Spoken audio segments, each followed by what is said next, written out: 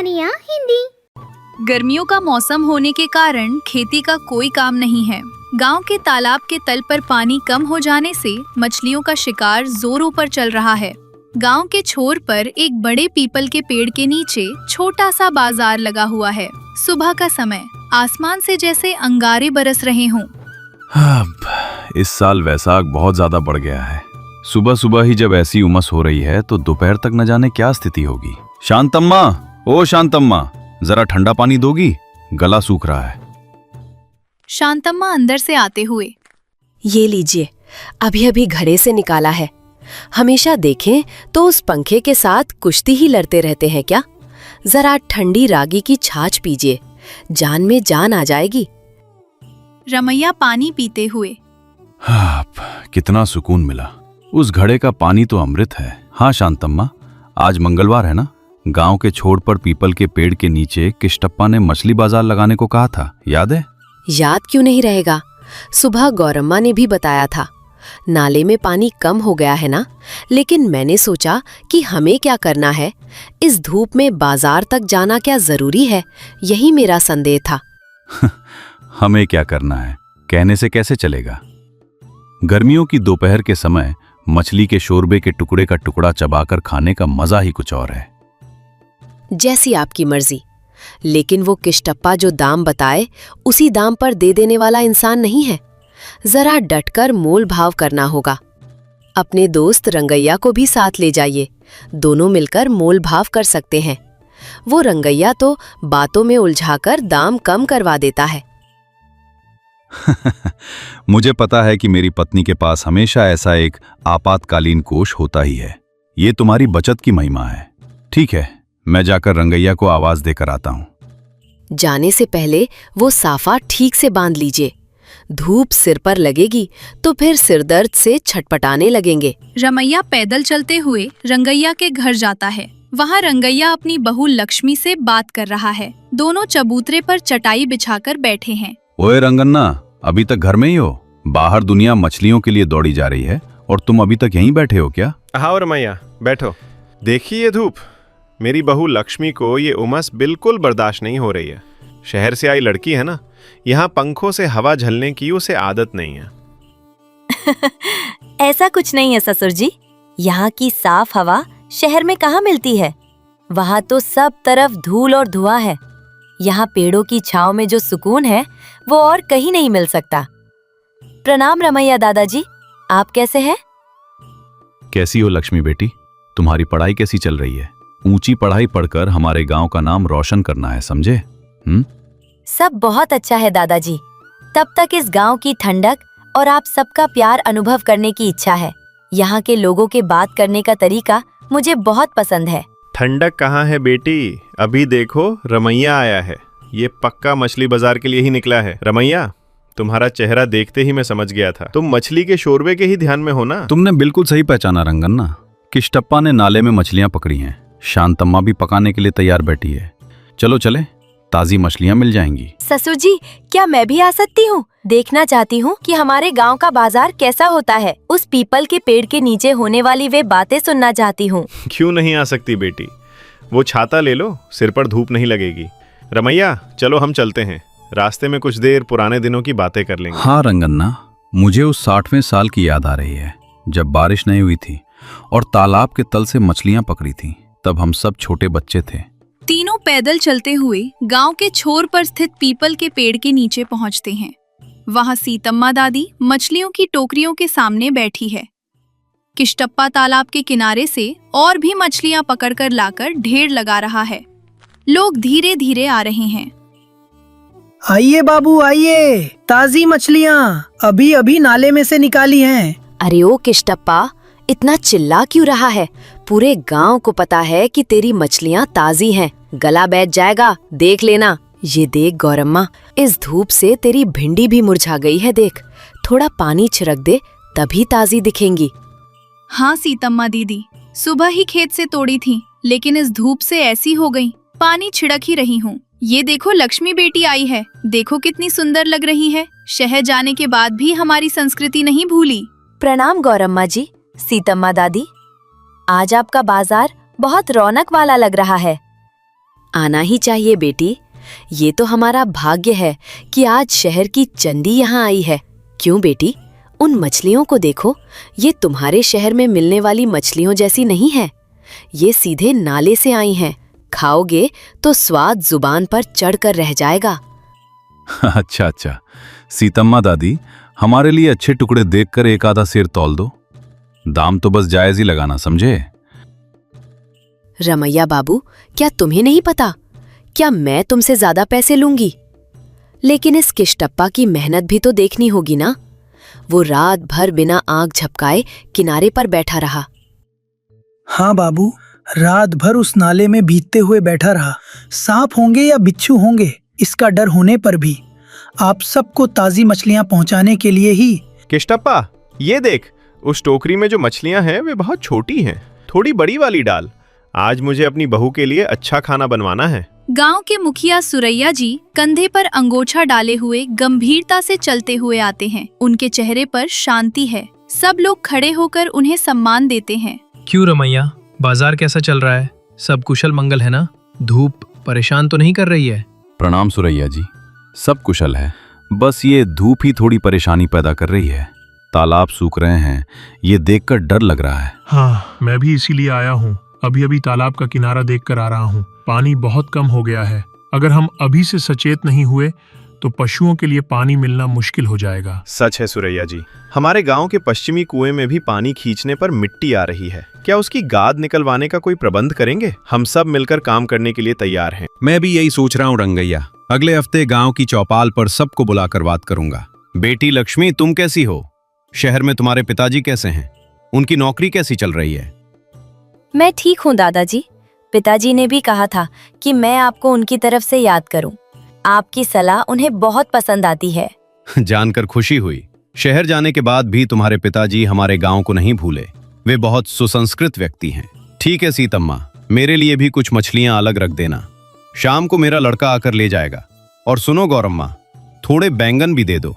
बिल्कुल सूर्या जी, मैं आपके लिए फिर से खेत में जाकर ताजे बैंगन तोड़ लाऊंगी। शांतम्मा भी धीरे धीरे बाजार पहुंचती है। रामैया जब मछलियां खरीद रहा होता है तो वो बीच में दखल देती है। उसकी आंखों में एक चमक है। अजी सुनते हो, इतनी जल्दी पैसे दिए जा रहे हैं क्या? सीतम्मा दीदी, जरा तराजू को ठीक से देखो, कांटा उस तरफ झुक रहा है। धोखा मत देना, समझे? अब्बो, शांतम्मा आ गई भाई। अब तो मेरा काम तमाम। मोल भाव में इससे बढ़कर कोई नहीं है। ये देख शांतम्मा, मैं तौल में कभी गड़बड़ी नहीं करती, धर्म का पालन करती हूँ। चलो ठीक है, ये मछलियाँ बहुत छोटी हैं, थोड़ी बड़ी देखकर डालो। हमारे रामैया जी को मछलियाँ बड़ी हो तभी पसंद आती हैं। ये देख गौरम्मा, वो भिंडी भी 1 पाव दे देना। मछली पकाने के बाद थोड़ी भिंडी की सब्जी बना दूंगी तो अच्छा रहेगा। कहे शांतम्मा, भला ऐसी कौन सी रसोई है जो तुम नहीं जानती? पूरे गांव में तुम्हारे मछली के शोरबे की चर्चा होती है। अच्छा चाची जी, तब तो आज मुझे आपके घर आना ही पड़ेगा। उस रसोई का रहस्य क्या है, ये जानना है। जरूर आओ बेटी, मैं तुम्हें गांव के तरीके सिखाऊंगी और तुम मुझे शहर के किस्से सुनाना। वहाँ सब लोग इतनी हड़बड़ी में क्यों रहते हैं, ये मुझे समझाना। निश्चित रूप से चाची, वहाँ हर किसी के पास समय की कमी है। जितनी फुर्सत यहाँ है उतनी वहाँ नहीं होती। दोपहर के 12 बजने वाले हैं। गर्म हवा चल रही है।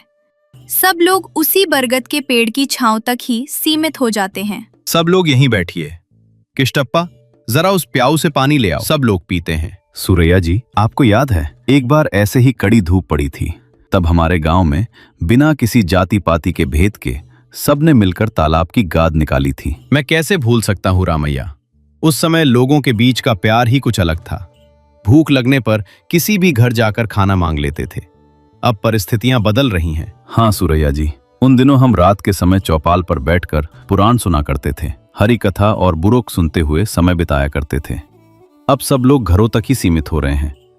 वे दिन अगर फिर से लौट आए तो कितना अच्छा हो दादाजी। लोगों के बीच बातचीत कम हो गई है। मुझे आप सभी से मुस्कुराकर बात करने में बहुत मजा आता है। लक्ष्मी बेटी ने सच कहा, इसीलिए हमने इस बाजार को आज भी ऐसा ही बनाए रखा है। यहाँ मुनाफे से ज्यादा दिलों के मिलाप को महत्व दिया जाता है।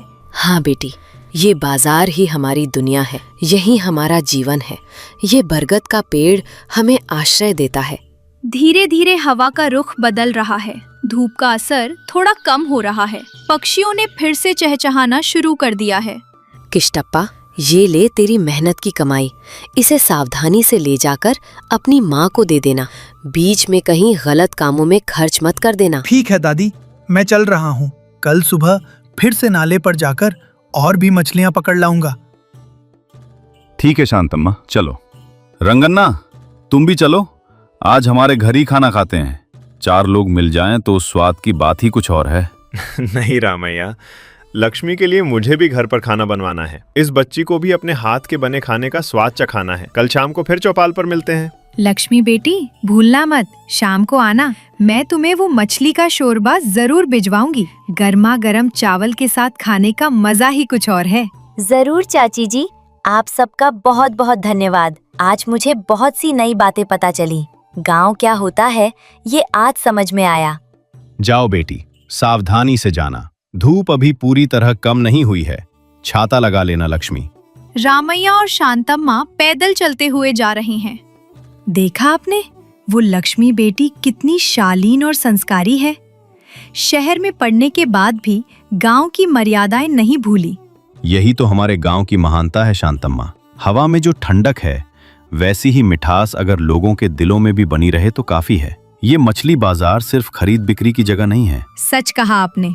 चलिए जल्दी कीजिए, उन मछलियों को धोकर शोरबा चढ़ाना है। इमली का शोरबा अच्छी तरह उबलना चाहिए, तभी मछली के टुकड़ों में असली स्वाद बैठेगा। दूर आसमान में पक्षी अपने घोंसलों की ओर लौट रहे हैं। उस शाम पूरा गांव मछली के शोरबे की सोंधी महक से सराबोर हो गया। इंसानों के बीच का यही आपसी प्रेम और स्नेह इस गांव को जीवंत बनाए रखता है। धूप की तपिश को आखिरकार प्यार की ठंडक ने हरा दिया। नैतिक शिक्षा, ग्रामीण जीवन में प्रकृति के साथ मिलकर जीना, दूसरों के साथ सुख दुख बांटना और बड़ों के प्रति आदर भाव दिखाना ही हमारी परंपरा है। पूर्वी घाट के वन क्षेत्र की एक सुदूर घाटी, वहाँ वृक्षगिरी नामक एक गुप्त गांव है। उस गांव की विशेषता ये है कि वहाँ घर जमीन पर नहीं होते। लोग सैकड़ों साल पुराने विशाल पेड़ों के तनों के भीतर खोखलों को कमरों में बदल कर रहते हैं।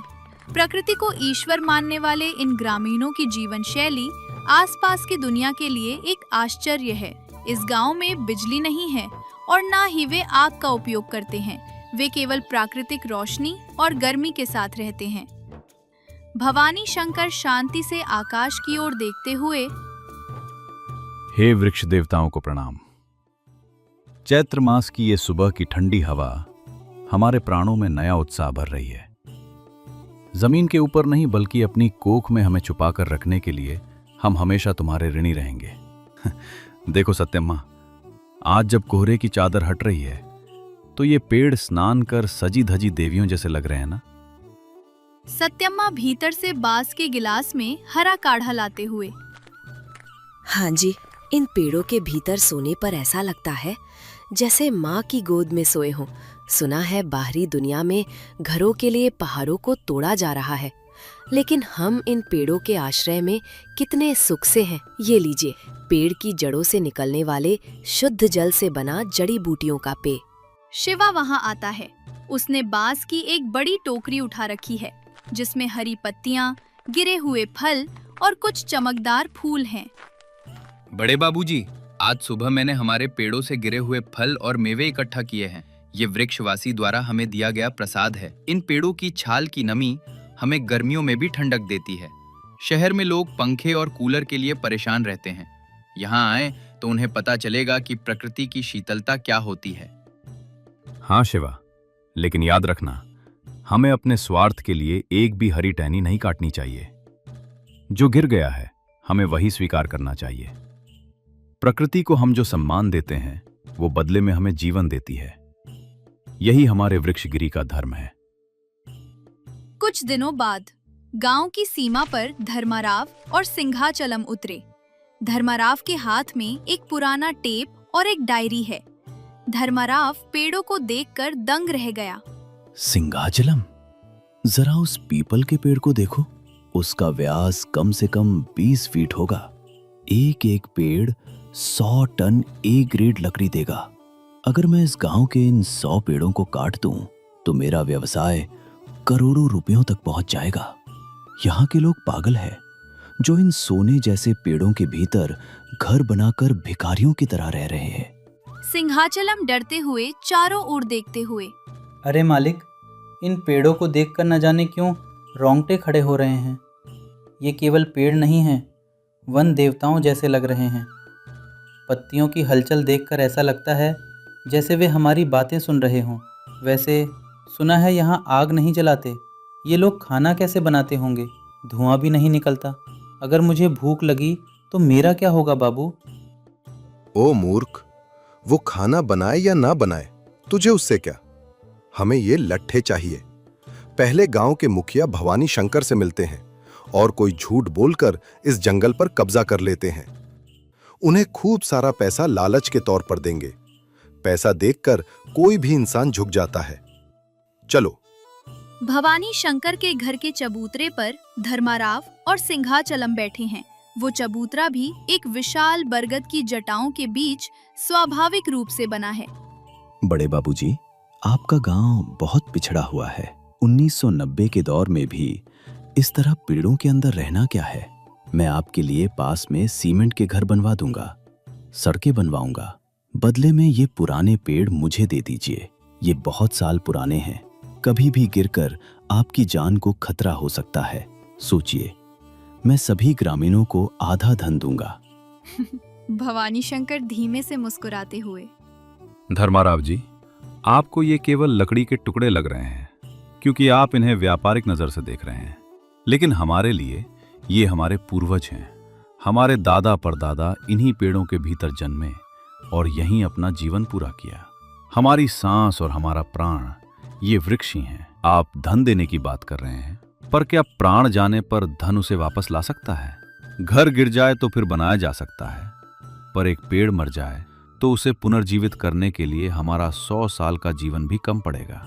धर्माराव गुस्से में आवाज ऊंची करते हुए, देखिए भवानी शंकर जी, मैं आपका भला करना चाह रहा हूं। मर्यादा से मान जाएं तो ठीक है, वरना अधिकारियों को लाकर इस जंगल को सरकारी तौर पर कब्जे में ले लूंगा। मेरे पास पावर है, पैसा है। आप जैसे लोगों की बातें यहां नहीं चलेंगी। शिवा गुस्से में आगे आकर, साहब, यहाँ प्रकृति शासन करती है। आपका बाहुबल और आपके कागज यहाँ काम नहीं आएंगे। हिंसा से कुछ हासिल नहीं होता। हमारे गांव में हमें तलवार चलाना नहीं आता क्योंकि हमें किसी को चोट पहुंचाना पसंद नहीं है। अगर आप इन पेड़ों का मूल्य जानना चाहते हैं तो बस एक रात हमारे अतिथि बनकर रहिए, तब आपको पता चलेगा कि ये केवल लकड़ी नहीं, देवता हैं। धर्माराव और सिंहाचलम को एक रात वृक्षगिरी में रुकना पड़ता है। ग्रामीणों ने उन्हें एक बड़े खोखले के भीतर कमरा दिया। उस कमरे में बिजली नहीं है, लेकिन पेड़ से निकलने वाली प्राकृतिक चमकती लताएं रोशनी दे रही हैं। कमरे की दीवारें बहुत कोमल हैं। सिंहाचलम पकौड़ों की टोकरी निकालते हुए, वाह मालिक, इस कमरे के अंदर बहुत सुकून है। बिना गद्दे के ही नींद आ रही है। पेड़ के भीतर पानी बहने की आवाज़ संगीत जैसी लग रही है। शहर के ट्रैफिक शोर से तो यही बेहतर है बाबू। एक पकौड़ा लेंगे? धर्माराव चिढ़कर पकौड़े को एक तरफ धकेलते हुए, सो जा मूर्ख, कल सुबह शहर से अपने आदमियों और आरी को बुलवाकर इस पेड़ की जड़ ही कटवा दूंगा, तब पता चलेगा इसका संगीत क्या है। ये लोग मुझे धमका रहे हैं, कल तक इस वृक्षगिरी का नामो निशान मिटा दूंगा। आधी रात हुई। अचानक धर्माराव को लगा जैसे उसका दम घुट रहा हो। वह डरकर उठ बैठा।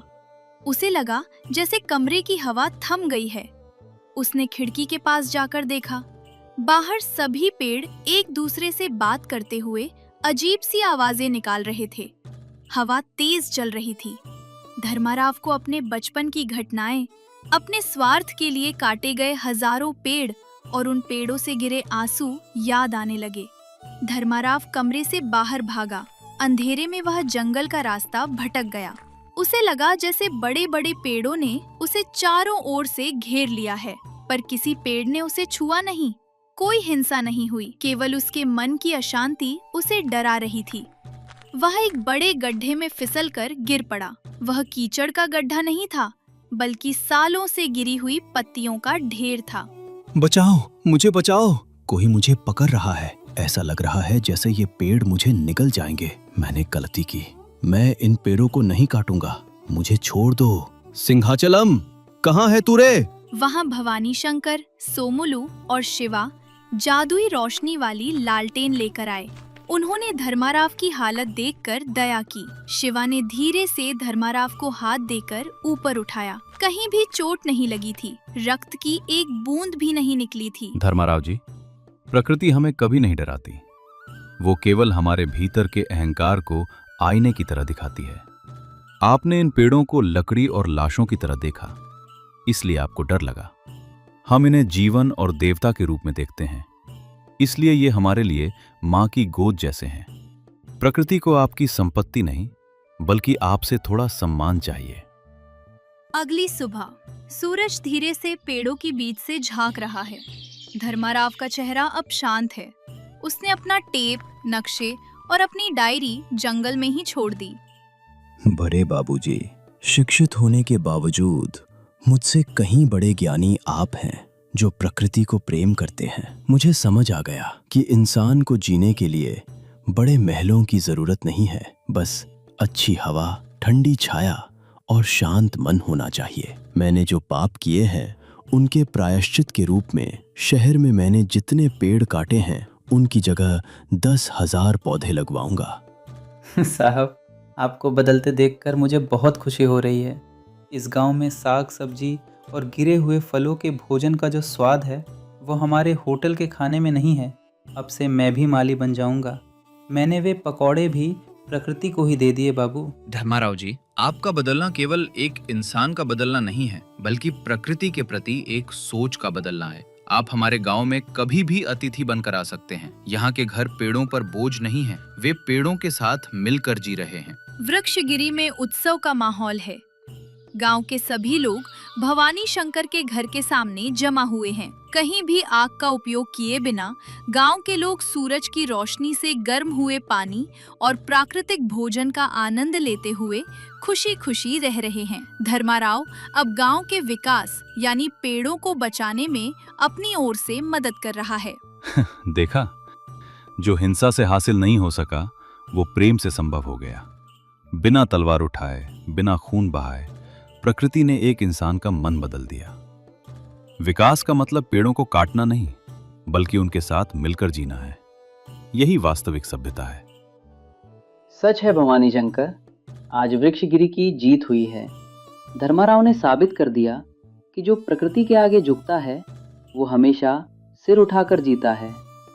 जैसे जैसे कहानी समाप्त होती है, कैमरा धीरे धीरे वृक्षगिरी से ऊपर की ओर जाता है। उस घने जंगल में विशाल पेड़ों के बीच खुशी से रहते लोग दिखाई देते हैं। पक्षी आकाश में स्वतंत्र उड़ रहे हैं। उस गांव ने प्रकृति और मनुष्य के बीच होने वाले संतुलन को साबित कर दिया। प्रकृति संरक्षण। प्रकृति हमारे लिए ईश्वर के समान है। यदि हम उसकी रक्षा करेंगे तो वो हमें अपनी पलकों पर रखेगी। अहंकार विनाशकारी है। धन और शक्ति स्थायी नहीं है। प्रकृति के सामने मनुष्य कितना भी शक्तिशाली क्यों ना हो, वो छोटा ही है। सुख शांति कंक्रीट की इमारतों में नहीं है, बल्कि उन लोगों के बीच है जिन्हें हम प्रेम करते हैं, और उस प्रकृति की गोद में है जिसका हम सम्मान करते हैं। अपनी गलती का एहसास होने पर उसे सुधारने में ही वास्तविक मानवता छिपी है।